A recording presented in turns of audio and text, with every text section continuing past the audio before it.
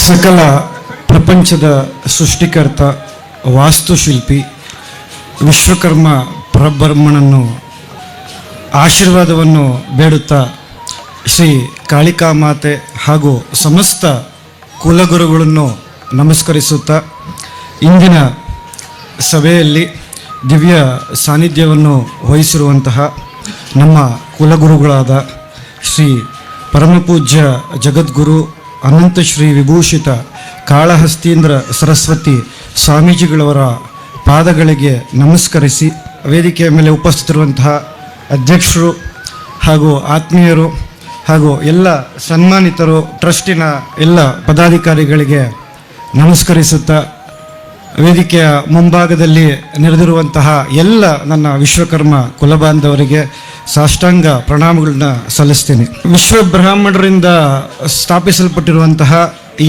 ಐತಿಹಾಸಿಕ ಪ್ರಸಿದ್ಧ ಪುಣ್ಯಕ್ಷೇತ್ರವು ಸುಮಾರು 600 ವರ್ಷಗಳ ಇತಿಹಾಸ ಇರುವುದು ಒಂದು ತಿಳಿದಿರುತ್ತದೆ.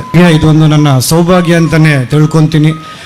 ಮೊದಲನೇದಾಗಿ ಅಧ್ಯಕ್ಷರಿಗೆ ನನ್ನ ಅನಂತ ಧನ್ಯವಾದಗಳನ್ನ ಕೂಡ ತಿಳಿಸಕ್ಕೆ ಬಯಸ್ತೀನಿ. ಕರಾವಳಿ ಭಾಗದಲ್ಲಿ ಪ್ರೀತಿ ಹೆಚ್ಚು ಅನೇಕ ಕಾರ್ಯಕ್ರಮಗಳಿಗೆ ನನ್ನನ್ನು ಆಹ್ವಾನಿಸಿದ್ದಾರೆ. ನಾನು ಬಹಳ ಗೌರವದಿಂದ ಎಲ್ಲ ಕಾರ್ಯಕ್ರಮಗಳಲ್ಲೂ ಪಾಲ್ಗೊಂಡು ಸ್ವಾಮೀಜಿಗಳವರ ಆಶೀರ್ವಾದವನ್ನು ಬೇಡ್ತಾ ಬರ್ತಾ ಇದ್ದೀವಿ. ತಮಗೆಲ್ಲ ತಿಳಿದಿರೋ ಹಾಗೆ ರಾಜ್ಯದಲ್ಲಿ ಲಕ್ಷಾಂತರ ವಿಶ್ವಕರ್ಮರು ಇದ್ದೀವಿ.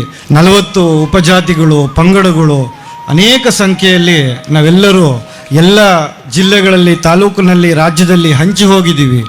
ನಾವೆಲ್ಲರೂ ಒಗ್ಗಟ್ಟಾಗಿ ಸಂಘಟಿತರಾಗಬೇಕು.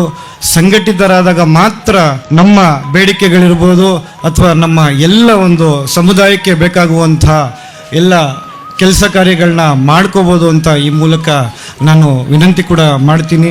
ಸಂಘ ಸಂಸ್ಥೆಗಳು ಒಗ್ಗೂಡಬೇಕು.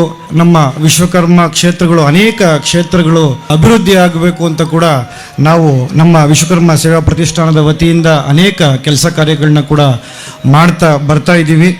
ರಾಜ್ಯದಲ್ಲಿ ಅನೇಕ ಕಾಳಿಕಾಂಬಾ ಕ್ಷೇತ್ರಗಳು ಕೂಡ ತಮಗೆ ತಿಳಿದಿರೋ ಹಾಗೆ ಇದೆ. ಆ ಅನೇಕ ಕಾಳಿಕಾಂಬಾ ಕ್ಷೇತ್ರಗಳು ಎಷ್ಟೋ ಕ್ಷೇತ್ರಗಳಲ್ಲಿ ಜೀರ್ಣೋದ್ಧಾರ ಕೂಡ ಆಗಿಲ್ಲ. ಎಷ್ಟೋ ಕ್ಷೇತ್ರಗಳು ನಮ್ಮಲ್ಲಿ ವಿಶ್ವಕರ್ಮರು ಸ್ಥಾಪಿಸಲ್ಪಟ್ಟಿರುವಂಥದ್ದು ಇಲ್ಲಿ ನೋಡಿದಾಗ ಭಾಳ ಖುಷಿ ಹಾಗೂ ವಿಶೇಷ ಅನ್ನಿಸುತ್ತೆ. ತುಂಬ ಸಂತೋಷದಿಂದ ಹೆಮ್ಮೆಯಿಂದ ಈ ಕಾರ್ಯಕ್ರಮದಲ್ಲಿ ನಾನು ಭಾಗವಹಿಸಿದ್ದೀನಿ. ಎಲ್ರಿಗೂ ಧನ್ಯವಾದಗಳನ್ನ ಕೂಡ ತಿಳಿಸ್ತಾ ಇದ್ದೀನಿ. ಎಲ್ರಿಗೂ ನಮಸ್ಕಾರ.